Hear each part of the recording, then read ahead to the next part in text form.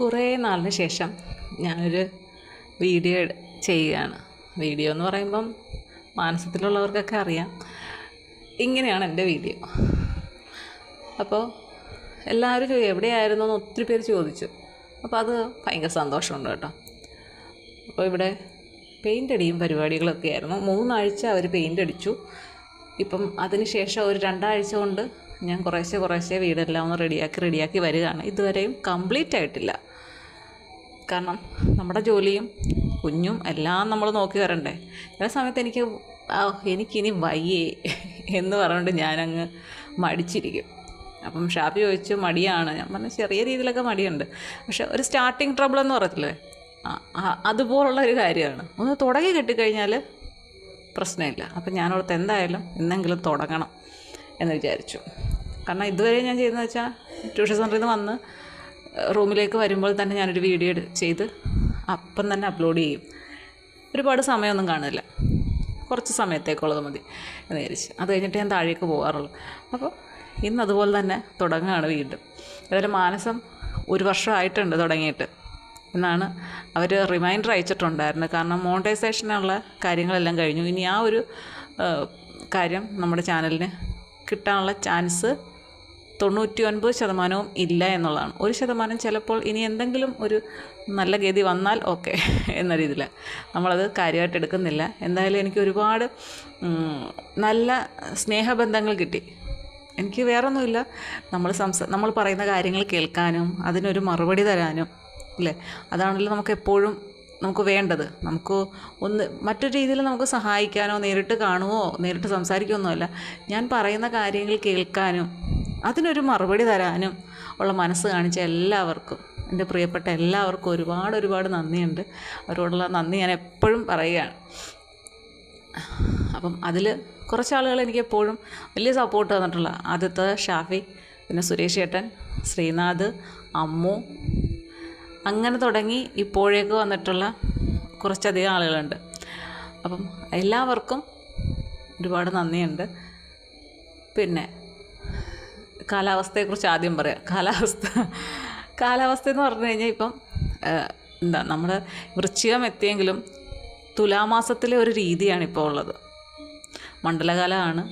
തുലാമാസത്തിലെ മഴ തുലാമാസത്തിൽ പെയ്തിട്ടില്ല. ആ ഒരു കാലാവസ്ഥ നമുക്ക് കിട്ടിയിട്ടില്ല.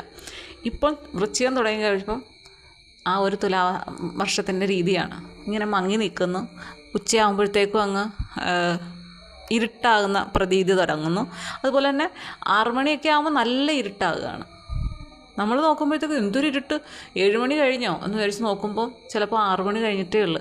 ആ രീതിയിലേക്കുള്ള ഒരു പ്രത്യേക കാലാവസ്ഥയാണ്. അപ്പോൾ ഈ ചൂടും ഒരു തണുപ്പും ഈ മഴയൊക്കെ കൊണ്ട് മിക്ക കുട്ടികൾക്കും വീണ്ടും പനിയിലേക്കുള്ള രീതിയിലാണ് പോകുന്നത്. പിന്നെ സന്തോഷമെന്ന് പറഞ്ഞാൽ ഞാൻ SBI ലൈഫിൻ്റെ അഡ്വൈസറായിട്ട് ജോലി ചെയ്യാൻ തുടങ്ങിയിട്ടുണ്ട്.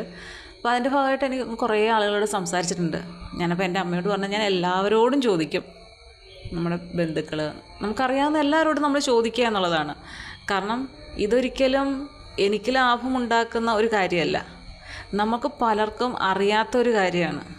പല ബുദ്ധിമാന്മാരും എങ്ങനെയാണ് പണം ഉണ്ടാക്കുന്ന അത് എന്ന് ചോദിച്ചു കഴിഞ്ഞാൽ അങ്ങനെയുള്ള ചില കാര്യങ്ങളുണ്ട്. അവർ ഭാവിയിലേക്ക് വലിയ എമൗണ്ടുകളിട്ട് ഇപ്പം പലിശയ്ക്ക് കൊടുക്കും, അങ്ങനെയൊന്നുമല്ല. നമ്മളതിൽ ഇൻവെസ്റ്റ് ചെയ്യാണ് ഒരു എമൗണ്ട്. അപ്പോൾ നമുക്കത് മാസം ചെയ്യാം, 6 മാസം കൂടുമ്പം ചെയ്യാം, 1 വർഷത്തിൽ ചെയ്യാം. നമുക്ക് എത്ര എമൗണ്ട് നമുക്ക് സേവ് ചെയ്യാൻ പറ്റുമോ നമുക്ക് മാത്രമേ അറിയുള്ളൂ. നമ്മുടെ വരുമാനവും നമ്മളത് കൈകാര്യം ചെയ്യുന്ന രീതിയൊക്കെ നമുക്ക് മാത്രമാണ് അറിയാവുന്നത്.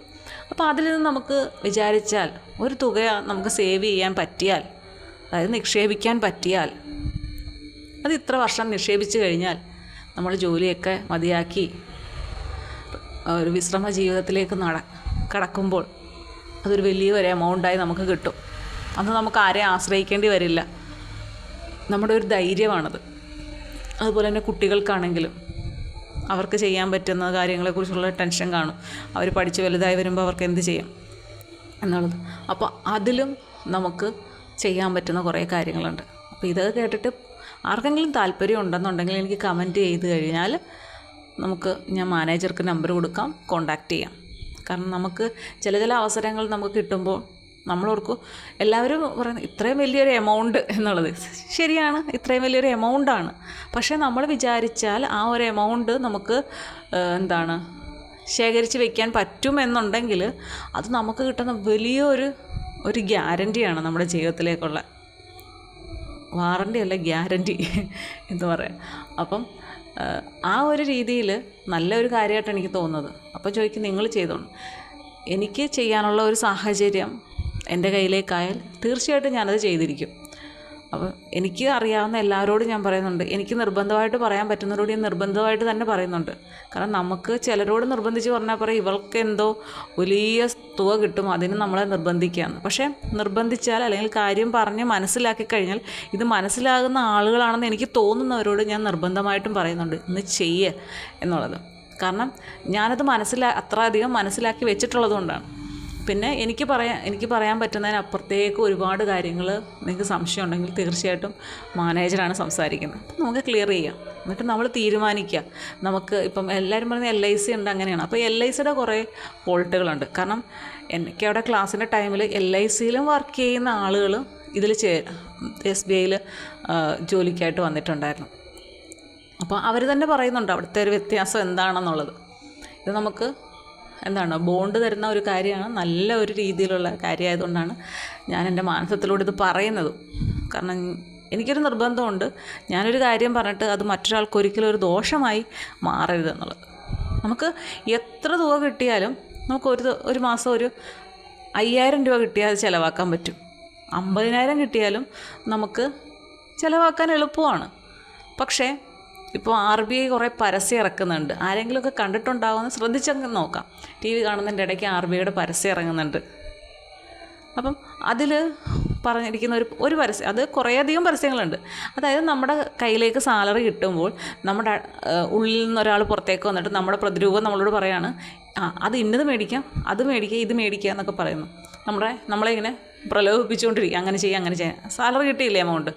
അപ്പം പക്ഷേ തൻ്റെ പ്രതിരൂപത്തോട് പറഞ്ഞാൽ അങ്ങനെ ചിലവാക്കാനുള്ളതല്ല, ഇതിങ്ങനെ തന്നെ ചെയ്യണം. അപ്പോൾ അങ്ങനെ അവർ പറയുന്നതായിട്ടാണ് കുറച്ച് നമ്മുടെ ചിലവിനുള്ളത്.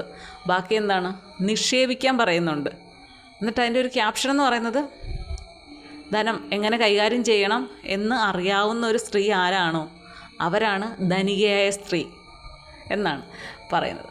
അപ്പോൾ അതുപോലുള്ള ഒരുപാട് പരസ്യങ്ങൾ, ഇതും മറ്റു കാര്യങ്ങളുമായി ബന്ധപ്പെട്ട പരസ്യങ്ങളൊക്കെ RBI ചെയ്യുന്നുണ്ട്. അപ്പോൾ ആരെങ്കിലുമൊക്കെ കേൾക്കുമ്പോൾ ബാങ്കുകളുടെ ബാങ്കാണ് പറയുന്നത് എന്നോർത്ത് ഒന്ന് കാര്യങ്ങൾ മനസ്സിലാക്കുക.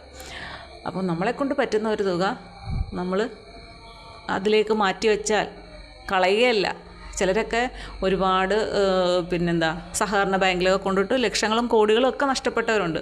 പക്ഷേ ഇവിടെ അങ്ങനെയുള്ള ഒരു പ്രശ്നങ്ങളും ഉണ്ടാവില്ലെന്നുള്ള കാര്യം 100% ഉറപ്പാണ്. അപ്പം നമുക്കിഷ്ടമുള്ള പ്ലാനുകൾ തിരഞ്ഞെടുക്കാം. അത് നമ്മളുടെ ഭാവിയിൽ, കാരണം ഓരോ ദിവസം തോറും നമുക്ക് അതിലുള്ള ബെനിഫിറ്റുകൾ കിട്ടാനുള്ള ദിവസം കുറേ. നമുക്കറിയില്ല നാളെ എന്ത് സംഭവിക്കും എന്നുള്ളത്. നമുക്ക് പറയാൻ പറ്റില്ല നാളെ ഇന്നത് സംഭവിക്കുമെന്ന് ഉറപ്പ് പറയാൻ പറ്റില്ല. എന്ത് വേണമെങ്കിലും മാറി പറയാം. അപ്പം ദിവസങ്ങൾ വെറുതെ പാഴാക്കാതെ, കാരണം നമ്മുടെ കയ്യിലൊരു എമൗണ്ട് ഉണ്ടെങ്കിൽ അത് ഇന്ന് ചേർത്ത് കഴിഞ്ഞാൽ അത് ആ രീതിയിലേക്കത് സേവ് ആയിക്കോളും.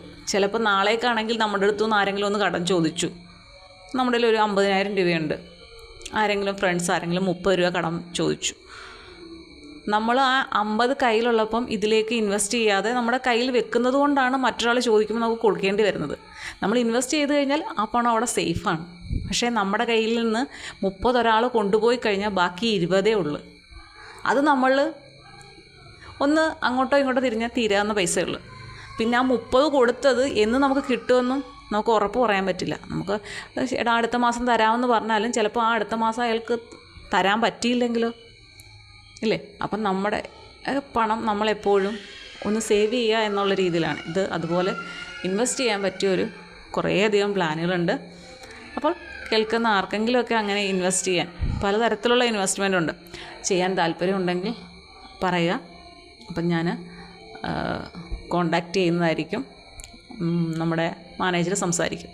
നിങ്ങൾ ചോദിച്ച് മനസ്സിലാക്കി ചെറുതായാലും എത്ര വലുതെടുക്കാൻ ചെയ്യാൻ പറ്റുമോ അത്രയും, ഏറ്റവും ചെയ്യാൻ പറ്റുമെങ്കിൽ അത്രയും. കാരണം ചെറുതൊക്കെ ചെയ്യുമ്പോൾ അതിനനുസരിച്ചുള്ള എമൗണ്ട് ആയിരിക്കും നമുക്ക് കിട്ടുന്നത്. വലുത് ചെയ്യുമ്പോൾ ഭയങ്കര ബെനിഫിറ്റാണ്. അപ്പം ആ രീതിയിൽ ആലോചിച്ച് അവരവരുടെ കയ്യിലുള്ള സമ്പാദ്യം അവരവരുടെ കയ്യിലുള്ള പൈസ എങ്ങനെ സമ്പാദ്യമാക്കി നാളേക്ക് കരുതി വെക്കണം എന്ന്. അപ്പം നമ്മൾ പറയും നാളെ അങ്ങ് ചത്തുപോയാൽ എന്ത് ചെയ്യും? നമ്മളെല്ലാവരും മരിക്കുന്നവരാണ്. പക്ഷേ അത് വെറും ഒരു മരണമായി മാറരുത്. നമ്മളെ ആശ്രയിക്കുന്ന ആർക്കെങ്കിലും ഒരാൾക്കെങ്കിലും ഒരു പ്രയോജനം, അല്ലെങ്കിൽ നമ്മുടെ മക്കൾ നമ്മളില്ലാണ്ടായ മറ്റൊരാളുടെ മുന്നിൽ ചെന്ന് കൈനീട്ടുക എന്ന് പറയുന്നത് നമുക്ക് ഈ നമ്മുടെ ഹിന്ദുക്കൾ അല്ലെങ്കിൽ ഏത് വിഭാഗത്തിലുള്ള ആളുകളാണെങ്കിലും വിശ്വസിക്കുന്ന ആത്മാവിന് ഇതൊരിക്കലും താങ്ങാൻ പറ്റില്ലല്ലേ. അപ്പോൾ അവരുടെ പേരിൽ നമ്മൾ അങ്ങനെ ചെയ്തു, അല്ലെങ്കിൽ നമ്മുടെ ഭാര്യയ്ക്കും അല്ലെങ്കിൽ നമ്മുടെ അച്ഛനും അമ്മയ്ക്കും വേണ്ടി നമുക്ക് അങ്ങനെ ചെയ്യാൻ പറ്റി, അല്ലെങ്കിൽ നമ്മുടെ കൊച്ചുമക്കൾക്ക് വേണ്ടി നമ്മളങ്ങനെ ചെയ്തു. കാരണം അപ്പൂപ്പനും അമ്മൂമ്മയ്ക്കൊക്കെ വേണമെങ്കിൽ കൊച്ചുമക്കളുടെ പേരിൽ ചെയ്യാവുന്നതാണ്, മക്കളുടെ പേരിൽ ചെയ്യാവുന്നതാണ്. അപ്പോൾ അതൊക്കെ ചെയ്യാൻ എനിക്ക് അവസരം ഉണ്ടായിരുന്നല്ലോ, ചെയ്തില്ലല്ലോ എന്നൊക്കെ ഓർത്ത് നാളത്തേക്ക് ഓർത്ത് വിഷമിച്ചിട്ട് കാര്യമില്ല. അപ്പം നമ്മൾ വേറൊരു ഡൗട്ടെന്ന് പറഞ്ഞാൽ ഇത് ഇടയ്ക്ക് വെച്ച് നിന്ന് പോയാൽ എനിക്ക് അടയ്ക്കാൻ ആദ്യം 1-2 വർഷം അടച്ചു കഴിഞ്ഞാൽ എനിക്ക് ബാക്കി തുക അടയ്ക്കാൻ പറ്റിയില്ലെങ്കിൽ, എനിക്ക് ആ എമൗണ്ട് എടുക്കാൻ പറ്റിയില്ലെങ്കിൽ എന്നുള്ളത്, എത്ര എമൗണ്ട് നിങ്ങൾ അടച്ചോ അത്രയും എമൗണ്ടും അതിൻ്റെ പലിശയും ചേർത്ത് തിരികെ നൽകും. മനസ്സിലായോ? അപ്പോൾ ആ രീതിയിലുള്ള നല്ല നല്ല കാര്യങ്ങളാണുള്ളത്. അതുകൊണ്ട് മാക്സിമം എല്ലാവരും ചെയ്യാൻ നോക്കുക അത്.